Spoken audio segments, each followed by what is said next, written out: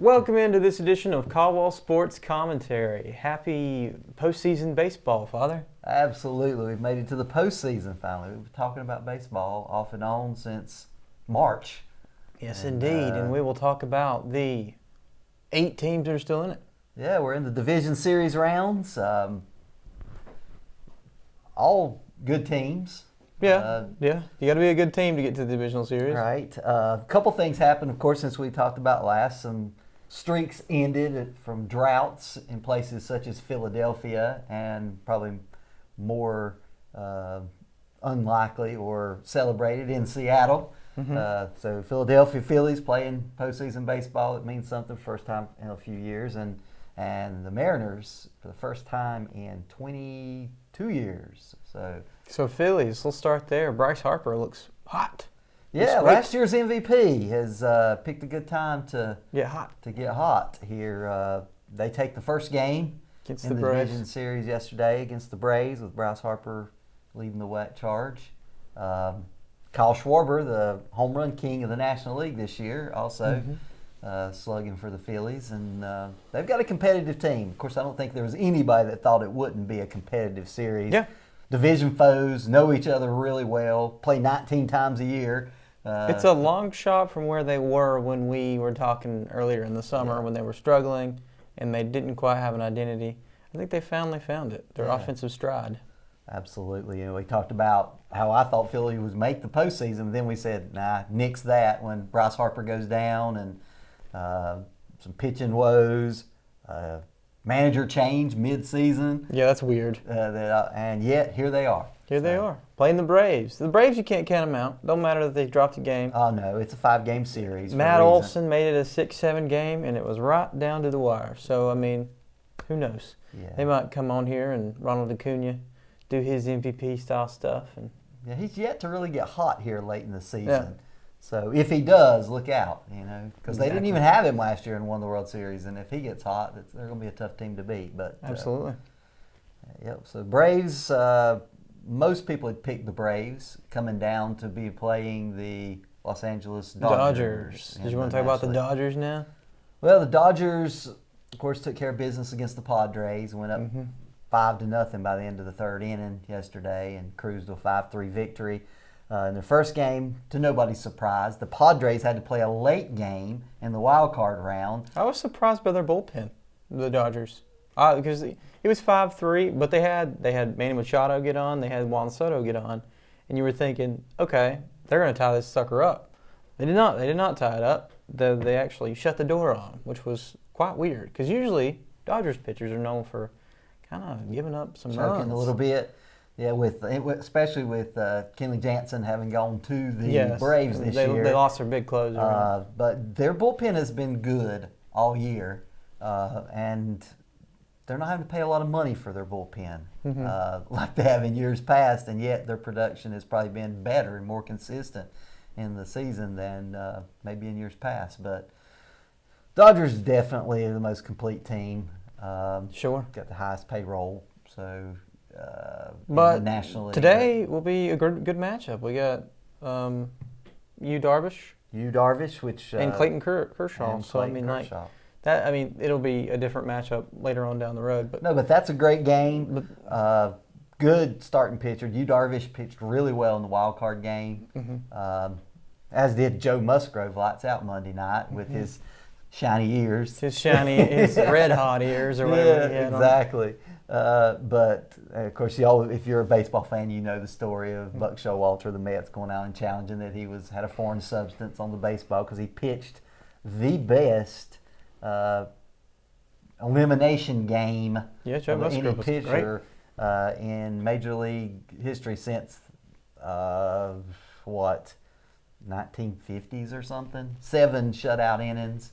One hit ball, only one hit, giving up in 7 innings, Joe Musgrove, which is kind of cool. He's a local kid, grew up in San Diego, going to Padres games, and here he's got the Padres back to the postseason. So against the Dodgers today, it should be a good game.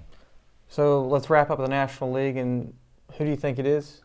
I think it's down to the Braves and Dodgers. Okay, again, so Dodgers. And the Dodgers make it through. Okay. But that's what I said way back in March, that it was going to be the Dodgers and the Astros, with the Astros and Dusty Baker going against his former club and getting his World Series ring finally as a manager of the Astros. And shucks, I have no reason to go against what I said way back then. So, Okay, so in the American League, we have the Astros. oh, that was a wonderful game last night. The Astros with a walk-off home run. Was it 3-shot or 2-shot? 3-run shot by. 3-run shot by Yordan Alvarez. Yep. Don't throw him outside middle. He's gonna Middle to the send it outside, yard. he is going to, as long, he Yeah, parked it. he's, We were just talking. I mean, we were just saying that when it was going on. Well, it's been the Mariners jumped all over them early, and Made it by as what, many as 9-1 or 8-1. Yeah, that's crazy. So Colossal breakdown by the Mariners. They should have won that game. yeah. Well, they had the same thing that they did to the Blue Jays in the wild card round happened to them by the Astros. But gosh, they compete. The Mariners compete. They're not going to. Once again, that's a division rival that play 19 times a season. There's no secrets between the two teams. Although Astros dominated the regular season, I expect the Astros to go through. But it's good baseball. It's been fun. It's good to have the Mariners back in the postseason. It's been the longest streak in major sports. I mean, 2001 was it the last time they made a postseason? 2000. Yeah. But they got good talent, and Julio Rodriguez, if he gets hot, and dynamite rookie. And we'll talk about who we think maybe our superlatives will be for the Major League season. Of course, Julio Rodriguez, top of the list for American League Rookie of the Year. So Mitch Haniger. Yep, Mitch Haniger. Yeah, the Mariners are a sneaky good team, but the Astros just they got the depth. They got amazing depth with Yordan that can basically win any game at any given moment. Yeah, he's I would have to say the best left-handed batter in the major leagues right now, for sure, Yordan Alvarez. So then the other American League teams. Yep. The Bronx Bombers. Yep. The New York Yankees and the wonderful Cleveland Guardians. You got it right. The How about Guardians. that? I keep saying Indians. Forgive me out there, but Cleveland Guardians. Cleveland Guardians this year, won the Central pretty handily. There for a while early on. Who knew? It's like no one wanted to win it. But finally, the Cleveland got on a good streak by the end of August and kind of pulled away and Bieber's clinched a player. early. Bieber is a player. Bieber can ball. He knows how to throw. Starting pitcher. So. Not that they don't have a great offense too, but I like Bieber as far as being one of the best pitchers in the league. I mean, and has been for a number of years. So getting the Guardians back to the postseason. So I think that's going to be a competitive series. I think the Yankees will win out in the end. Yeah. But it would not surprise me. Of the three series going on, I would say the biggest chance for an upset would be Cleveland over New York Yankees. Sorry, Yankees fans, but I do have the Yankees moving on in 5. Okay. There you go. You heard it here first on Call Sports Commentary. The Cleveland Guardians. But you ultimately think that the Yankees are going to make it to the World Series? Or who do you think out of the AL? Astros? Astros make it and win it. So. Yordan Alvarez hoisting up the trophy. But we'll see. That's why they play the games. But I love this time of year, postseason baseball. It's fun. So I mentioned it. So let's talk superlatives a little bit for the Major League season. Who do you think wins the NL MVP, National League MVP? Last year was Bryce Harper. This year, out with injuries, too much to if you didn't watch the wild card games, you'd say Paul Goldschmidt. Yeah. But if you watched them, you're like, oh no, I don't know about that. Yeah. He was non-existent in those 2 games. Yeah, he played good defense, but outside of that, his bat was cold. Yeah. But MVP is the body of work throughout the whole entire season. So I'm with you, Paul Goldschmidt. And probably his closest rival may be his teammate at third base, Nolan Arenado. Or 2 years ago's winner, and Freddie Freeman, who was traded, of course, to the Dodgers this year, came on strong and almost won the batting title. Needed to go 4 for 4 in his last game and went 3 for 4. But was edged out by Jeff McNeil from the Mets. But yeah, he is.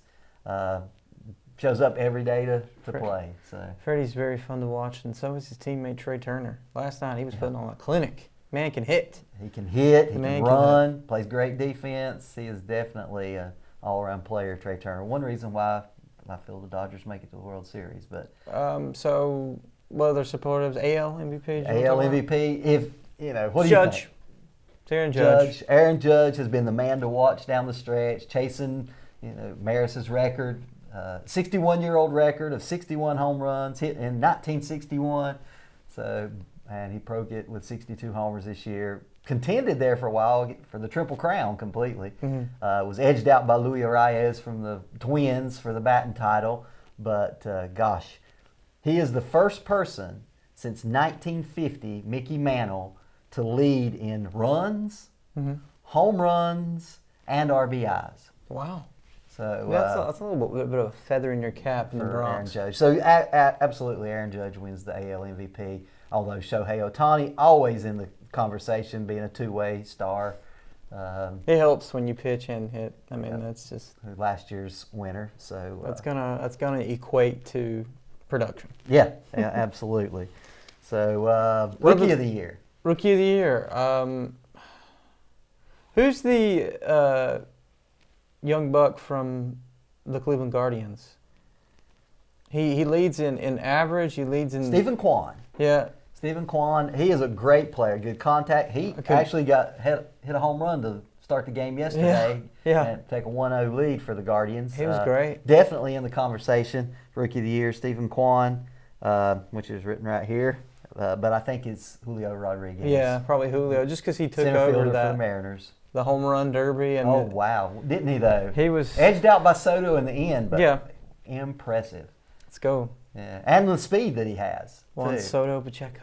Yep. So, National League, what do you think? Who's it come down to in the National League? Rookie of the year. Rookie of the year. I'm thinking Spencer Strider, pitcher for the Braves, and then the second baseman, Manny for the Braves, and even an older gentleman, Seiya Suzuki, who's first year coming out of the Japanese Nippon League for the Cubs, is in the conversation. But for my vote goes to Spencer Strider. Great name for a pitcher, gotta say. We'll see what he does today. Delivers it in Strider. I think he's getting the nod on the bump against the Phillies today. So okay, see what happens. Manager of the year. I couldn't tell you. I don't know exactly there's a lot of conversation out there, but of Dusty course, Baker. Brandon Hyde keeping the Baltimore Orioles in contention throughout the year, maybe.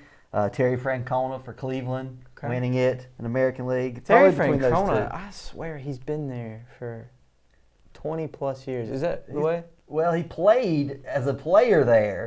Then he actually coached in Boston for a while. Well, then he went to, when they fired him there in Boston, he ended up in Cleveland, but has been there for a number of years. I want to say maybe 11, 12, dozen years maybe, which is a long stand for a manager nowadays in the major leagues. Super. So maybe he gets a nod there. It's manager of the year. And in the National League, I'm thinking Rob Thompson, who righted the ship in Philly when they got rid of Joe Girardi there mid-season. Oh, man. He didn't even coach the whole year, and you're giving him Coach of the Year. Yeah, Look at you. But if you want to, Oliver Marmol, the Cardinals manager, probably deserves it for the body of work for the whole season. So cool deal. Those are all good picks. Then let's talk about from the bump, the Cy Young. Well, American League is pretty easy. It's the old man from the Astros who struggled a little bit actually in his first postseason start yesterday. Justin Verlander. Probably with his body of work is very impressive. Definitely, probably not unanimously voted, but probably overwhelmingly gets the Cy Young in the American League. Hall of Fame bound.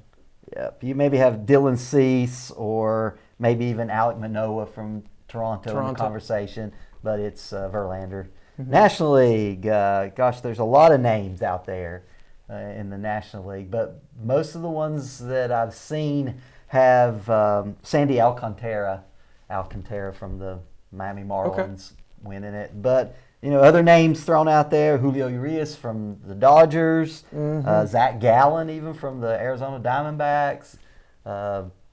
So Zach Gallen was incredible this year. Former Tar Heel. Yeah, former So, Tar Heel. Playing for not a great team with the Diamondbacks. are not good. We saw them in Philadelphia in person this year. Run support is non-existent. Yeah, one game in a 3-game series, there may be 2 games where they get shut out, and then maybe somehow cobble together enough runs to win 1 out of 3 games for the regular season. But Zach Gallen was impressive on the mound. So yeah. So at this point, World Series pick. World Series pick, Astros beating the Dodgers in 7 games. Just because I like 7 games. Cool. I'm going Braves repeat. Braves repeat. I know they're down a game, but they can make it up. Oh yeah. At this stage, they can make it up. If they were down 2-0 right now, we'd be like, I don't know. Yeah. But they can make it up. Yeah, definitely can make it back. So, all right. Nice deep team. Should be a good series all the way down the stretch here. I'm sure we'll get a 7-game series, no matter who makes it there. It's usually how it works. Usually how it works. And I like it that way. I don't see a power dynamic in the MLB, AL. I don't think that there's that much better of a team. No. I think they're very comparable. Exactly. And you get teams that get hot that can challenge even teams that are much more talented from top to bottom rosters. But if you get hot, hey, yeah, that's all it takes.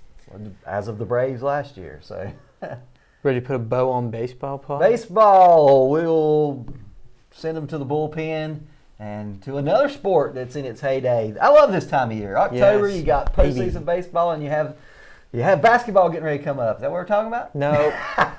Football. All right. Pigskin time. Biggest surprise in the NFL this year. Go. Biggest surprise in the NFL this year. If you ask me after the first 2 games, I'd say the Miami Dolphins. But now looking at it right now, probably Philadelphia Eagles. I think you should just say the whole NFC East. The NFC East. Philadelphia Eagles being undefeated and the only undefeated team. Mm-hmm. And then, of course, the Dallas Cowboys, Dak Prescott goes down in the 2nd game of the season, and yet they've won. They're 4-1. So, big game Sunday between the Eagles and Cowboys. Yes, indeed. Eagles, Cowboys. It will decide who's the division leader, sitting up there alone in their road to or head-to-head win. That's a big deal. I mean, I would have to give the edge to the Eagles probably because they're playing at home. They're playing at home, one, and they've been playing out of their mind. They've not given up as many sacks as I thought that they were going to give up. That's the biggest thing is Jalen Hurts has found a way to get in the end zone, which is very hard these days. Like I don't see a lot of QB rushers, Lamar Jackson, Jalen Hurts. I can't really think of many beyond that. No, Josh Allen and Patrick Mahomes have kind of not done that this year. No, but in years past they have. Yep. They are more pocket passers or bootleg pass, get out on outside the pocket and make things happen from different angles, but not rushing the ball like Jalen Hurts has done. Cool. Now Lamar Jackson lights out the first 5 games. He's had not so great this past week, but. If you were asking me after the 4th game of the season, I would say Lamar Jackson wins the MVP again this year. But right now, gosh, yeah, Jalen Hurts has done an incredible job of steering the Eagles. All right, so let's talk about the AFC. We got the Bills, we got the Chiefs, and then the surprising Titans that started off really slow, and then now they've won 3 straight. So what do you think? Yeah. I thought it was going to come down between the Titans and the Colts to win that. Somehow the Colts still stay. They have won the ugliest this year of any team the Colts have, for sure, and are right there on the cusp of the Titans. So it's still Colts or Titans, I believe. Jaguars played great first 2 games of the season. Then they've lost it the last couple games. So now underneath the Colts, unfortunately. Yep. And no one expected the Texans, but some of them had them only getting 1 win. Well, if that's the case, they've already surpassed that this week, or at least lived up to it. So AFC South, I think ultimately the Titans will probably win the AFC South over the Colts. Okay. Matt Ryan has not had such a great start to the season. What about the Bengals? Do they bounce back? Bengals in the AFC Super Bowl North. bound Bengals last year. Who wins the North? The Ravens? The Ravens. Ravens win the North. And that's what I'd picked early on. I'll still stick with it. They've played the best. Barring injury to Lamar Jackson, of course. Yes, of course. Or Justin Tucker. But definitely, it looks like, I'm not trying to be mean to the Eagles, but it looks like the two best teams are in the AFC. It looks like the Chiefs and Bills are the two best teams, the most complete teams. I agree. And it's crazy that we're going to get that game. This week. I mean, we're going to get that game this week. We get the Eagles, Cowboys, and Chiefs, Bills. I mean, it's going to be a fantastic week for football. What do you think at the end of this week? Who's sitting atop at the NFL? Wow. It's whoever wins that Bills-Chiefs game. So who do you think? And pardon my ignorance here. I know they play, but I'm not sure where. Are they playing in Buffalo or are they playing in Kansas City? That's a fantastic question. And I'm not sure because that makes a huge difference. In Kansas City. In Kansas City. If they were playing in Buffalo, Buffalo Bills win hands down. But since they're playing in Kansas City, Kansas City's defense have been playing better in the last two games. I'm going to go with the Chiefs. I say the Chiefs win that game in Kansas City. But then, by the end of the season, we see the AFC Championship game rebooted. In Buffalo. In Buffalo. Uh-oh. So, okay. Well, okay. All right. That's a good estimation of where we're at here. I say the Bills win that one. I don't think the Chiefs can stop them in the air. They have shown no secondary. No secondary at all. No pass defense for the Chiefs. The only pass defense that the Chiefs have been able to muster is if they get in the quarterback's face on the quarterback rush. Chris Jones is great. He is. I mean, they have one special player for sure on the defense, and that's Chris Jones. And if he doesn't get the actual QB hurries or sacks, then Josh Allen's going to have a field day. Yes, he is. All right, let's talk about the NFC. Eagles, of course, on the top. What do you think is the key to their success? Do you think it's because they haven't played a lot of great teams, or do you think that... Well, there is that. I mean, not to be mean, but they haven't really played people above 500 yet. Or 500 teams is what they've played.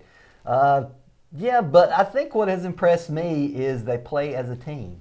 They don't have any glaring holes in their defense, whether it's secondary, whether it's pass rush, whether it's run defense, which they've been great at.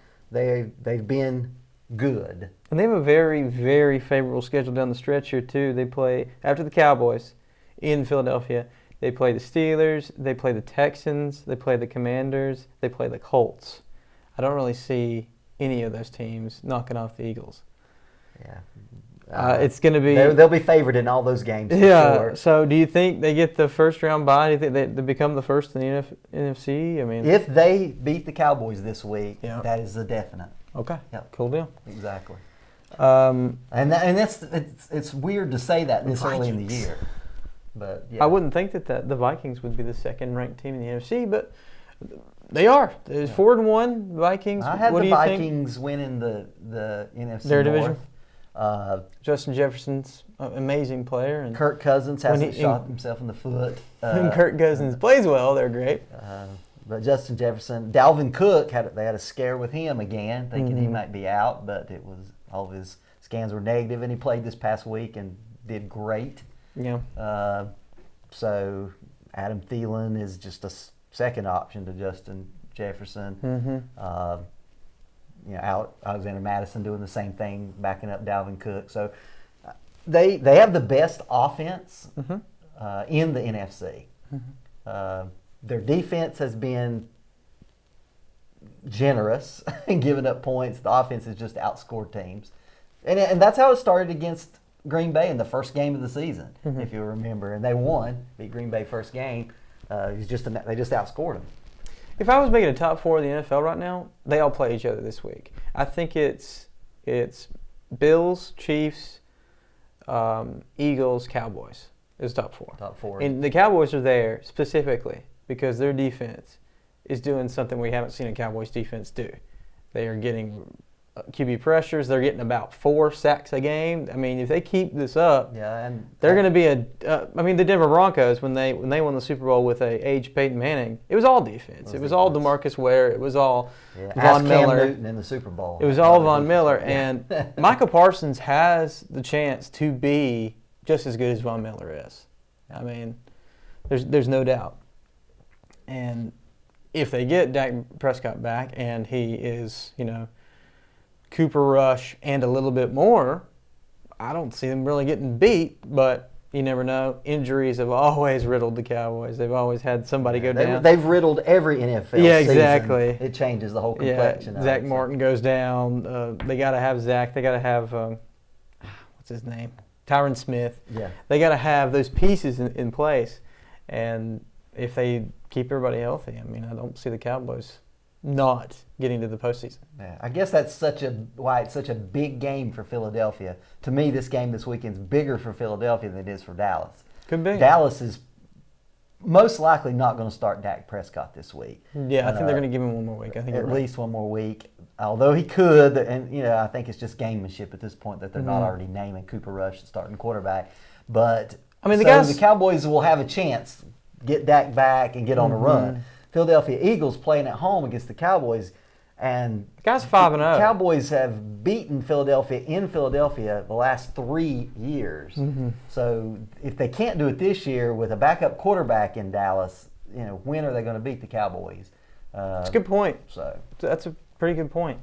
Because Cooper Rush didn't win that game for them against the Rams, which beating the Rams is a huge deal for the Cowboys. I mean, that was defense. That was the Cowboys' defense. Yeah, that's what that was. But I mean, years past, the Sean McVay-led Rams ate the Cowboys alive every time we played them. They really did. Their offense was nearly unstoppable. Yeah, so this is new territory for the Dallas Cowboys to beat the Rams. Anybody else you want to talk about in the NFC?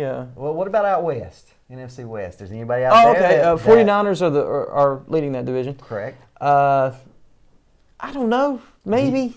I mean, they all are flawed.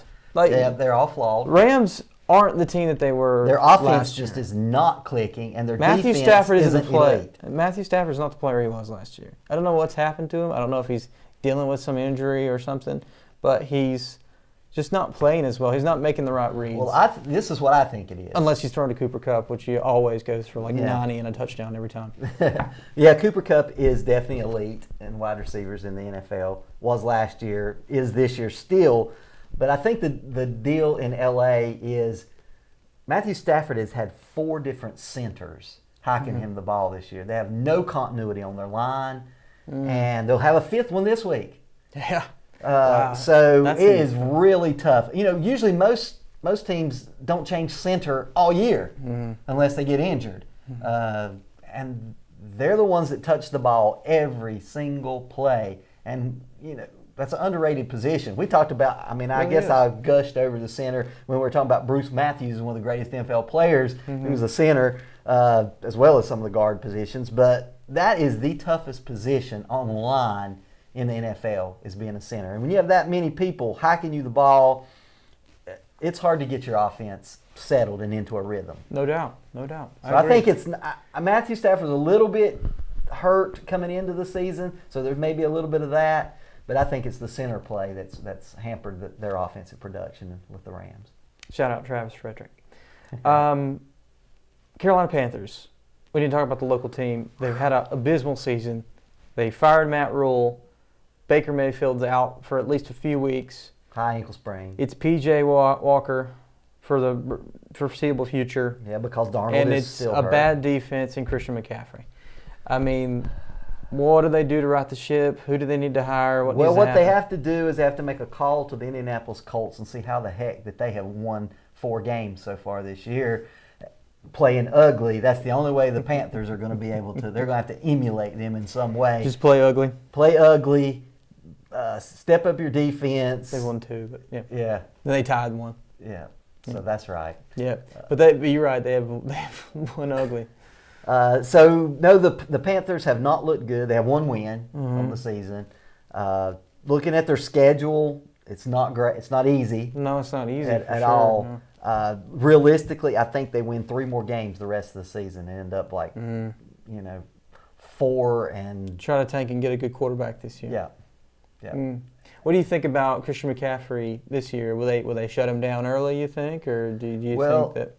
I don't know if you heard this in the news, but there was a lot being made in a lot of the New York sports writers. Oh, they want to trade. That Buffalo Bills have been calling hard to try to get Christian McCaffrey. Can you imagine the fantasy points that he would score under Josh Allen? Yeah. Josh Allen has been trying to throw to Devin Singletary his whole career, and Devin Singletary is just not that guy. He's just not that guy. And if you give him a toy like Christian McCaffrey, oh my God, it'd be the Dodgers. Orchard Park, Buffalo would NFL, probably finally get their Lombardi trophy. No doubt. If that were to happen. And I think it's just, I don't know if it's wishful thinking by the New York media, but that's what they're saying right now. That they could trade him, but I mean, if I was the Carolina Panthers, I think I'd hold on to him. Yeah, hold on to him and protect him. If you look at any of their games, he's the guy. He is the guy. Who else is there? I mean, they got to get a quarterback. I mean, honestly, they really do. But I don't think Baker Mayfield is the answer for them going forward. But yeah, maybe Matt Corral pans out. Maybe.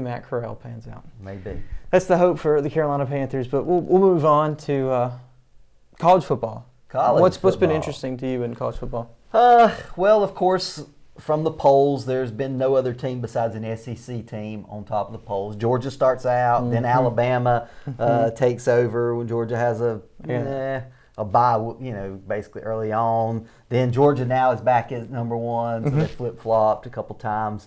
But honestly, to me, the best playing team in college football is the Ohio State Buckeyes are playing the best. Wow.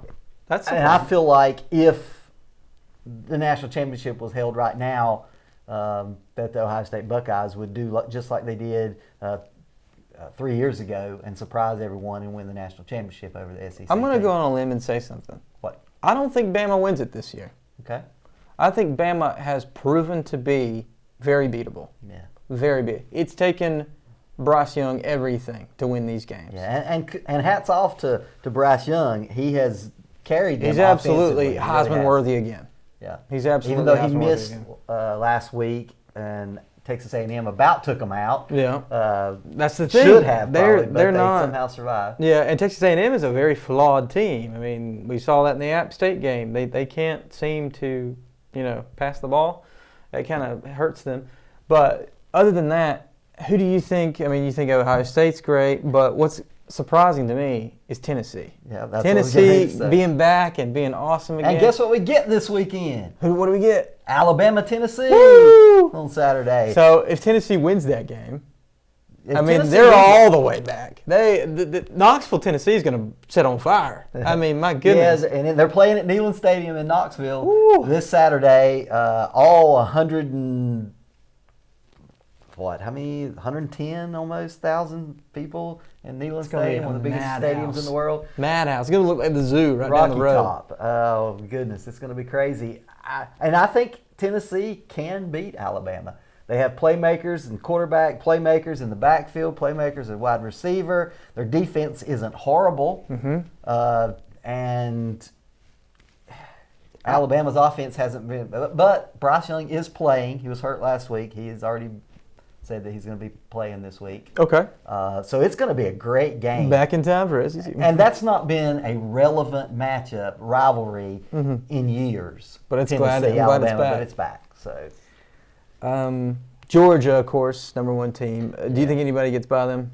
Well, Tennessee and Georgia are in the East and SEC, so they play. So they have to play. Yep. We'll see what happens. See what happens there. And, say Tennessee beats Alabama. Okay. Then Tennessee goes and loses to Georgia. I don't think that really hurts them. But then their only loss being to Georgia, they won't get a chance to play in the SEC championship game where they could lose to Georgia after beating Alabama. But you're going to put them in the playoff because they're going to be the number 1 team. Playoff. So they'll be in the playoff if Georgia runs the table this year. So, but who knows? They can beat Georgia. Yeah. Why not? So. It could be fun. But I'm glad to be talking about, other teams. Somebody besides Alabama. Alabama. And, of course, there is that chance that Alabama loses against Tennessee and still wins the SEC West and beats Georgia. And then you have Georgia, Alabama, and Tennessee, all potentially as one-loss teams, and they're not going to take 3 from the same conference, so True. who knows? What about in North Carolina? Who do you think? I mean, it's Wow, NC State probably. NC State and Wake Forest have flip-flop places in the rankings this week, in the mid-teens, 13, 14. So who's the best team? Well, guess what? NC State gets to play Wake this year in the same division, so we'll get determine to determine that.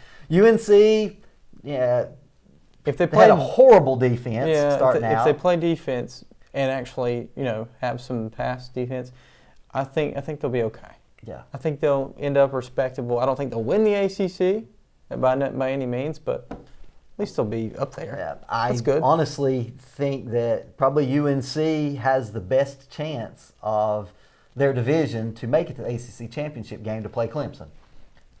Heck yeah, let's get beat 45-20 at Clemson. Let's do it. So we'll see. Clemson's got some chances to win the national championship this year. Yeah, They could win do. it. They definitely. They're ranked number 4 right now, so they're in the would be in the playoffs. The where it playoff. happens. This week, Duke. But I think Carolina. a dark horse that I'm sure not many people think are going to win it, but I think Michigan wins it this year. Michigan. I think it's time. I think it's Harbaugh time. Wow. I think it's Harbaugh time to win a national championship. And this weekend is a really marquee game for Michigan. They get to go to Happy Valley and play Penn State Nittany Lions, who are also undefeated at this point in the season. And then they'll lose there since I said that. There you go. Jinx. So the Maize and Blue go down, even though you're saying they're going to win the national championship against Penn State. That's just how it possible. works. That's But just how it if they were to win against Penn State, Top 4? I think so. No. I really think so. That would be, as far as marquee wins against higher ranked opponents. It's hard to go to Penn State and win. Go to Penn State. It don't matter how it's good they are. Very difficult. Very, very difficult. That's a loud stadium. And you win that game, and Michigan believes that they can beat Ohio State again this year. Mm-hmm. And do that. They were able to prove that last year, the for sure. championship playoff, for sure. Yeah. So. Okay. Well, that was fun talking about college football. Yeah. I like college football. It's one of the greatest times of year. You get to go tailgate and talk about how your team is better than your team, and your team has fake classes, and then my team doesn't. And whatever. Oh gosh. Anyways, yeah. What else you want to talk about, Pop? Well, I mean, we not a lot to say about Appalachian. Appalachian a little bit Jekyll and Hyde this past week, getting beat and shooting themselves. We don't in the talk foot about in Appalachian San Marcos, since Texas, they against blew Texas that State. game against JMU. I'm sorry, 28-3. You don't get talked about. Okay. Yeah, that has kind of put them in a nosedive. So, I mean, they had Citadel and shut them out the next week, but they didn't look great doing that. They dominated them, but they didn't look great. You got Citadel in that game holding the ball almost the whole third quarter, getting down and throwing an interception on the 2-yard line and shutting them out. But I don't think the defense is quite there for Appalachian to vie for a Sun Belt. They're not going to get Sun Belt this year. Yeah, there's a lot of good teams that have to play to do that, and they have to have a miraculous turnaround at this stage of the season. But they had their marquee win this year against Texas A&M, so there's their. But I've had a fantastic time going to Kid Brewer Stadium this year. I like Boone. It's fun.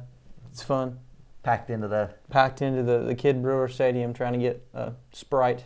They actually have Pepsi products. Dr. Pepper. There you go. There you go. Fansville. Exactly. Anything else in college football that's that you're thinking about? Any other team from another conference or somewhere that you wouldn't think wasn't? Yeah. A Big Ten or SEC. Yeah. So I don't think so. That may be in the conversation for national championship. Do you have anybody? Well, UCLA with their win this past week is undefeated. Mm-hmm. How long has it been since we were talking football in Westwood? That's a good point. So, Josh Rosen, probably. Yeah, maybe. Who, by the way, was cut this week. Yeah, he can't catch a break. So from the Browns, but oh well. There you go. And NBA basketball starts up this month. Mm-hmm. Probably before we come back and talk again. Maybe have some NBA games. Very fun. You know what comes with NBA basketball? College basketball. Yeah. Oh man. It's time. Yeah. Preseason college basketball rankings have the UNC Tar Heels ranked number 1, bringing back 4 or 5 starters from the second-place team in the country last year. I believe the last time the UNC Tar Heels were ranked number 1, they won it that year. Yeah. It was in 2005. It's been a while. Preseason number 1. So a little bit of pressure, for sure. A little pressure. Hopefully, Caleb Love can not be as streaky this year and give us all heart attacks. Maybe this is a way too early prognostication for national championship matchup this year. We may see a rematch of UNC Gonzaga. Could be. Drew That'd be Timmy's fun. back for Gonzaga, so Drew Timmy. We'll see. Oscar Tshiebwe decided not to go to the NBA, so he's back with Kentucky. Oscar Tshiebwe, fun player. He could be having arthroscopic knee surgery today, as we speak, probably. Oh no! But said he'll be back by January. So January. That's usually when all your conference when our guy starts to sweat, though. Yeah. So college basketball will be here in November. Exciting We're here stuff. soon. So the Hornets aren't going to do anything this year. I want to talk about the NBA, but we got the Hornets. Why do we have the Hornets? Come on, Michael Jordan, spend some money. Let's get a good team. LaMelo Ball needs help. Yeah, they need some help. That's for sure. We need an inside presence. My goodness, when your best inside presence was Bismack Biyombo, you're not doing the right things. You got to fork out the money to do that. Yeah, for sure. There's only a few great forwards. Now, wouldn't it have been great if they'd have forked out the money and got Rudy Gobert? Yeah, that would have been great. I think it'd be an awesome LaMelo fit. Ball and Rudy Gobert. That's a playoff. That's team. a Donovan Mitchell, Rudy Gobert fit. I think that's would like bringing Utah Jazz to Charlotte. In the Eastern Conference, for sure, you're getting to the postseason. So, come on, Michael Jordan, I'm with you. Come on, Michael Jordan. Let's get some inside presence in Charlotte, and we can have something when we go to their games to actually pull for. Yeah, so. He's waiting for all the guys at UNC to come out this year and be like, yeah, we'll take all those. Take those 3, and that'll be the guy. He can sell tickets that way for sure. Yeah, that's true. We'll see how that works out. But anything else sports-wise on your brain? I think that's all I have. Do you have anything else? Gosh, I don't really know of anything that's standing out right now. So, hey, that's a Caldwell Sports Commentary for this episode. Yes, indeed. Thank you so much for joining us. This has been Caldwell Sports Commentary. I'm Keegan Matheson. I'm Kevin Matheson. We'll see you next time. Hey, I like it.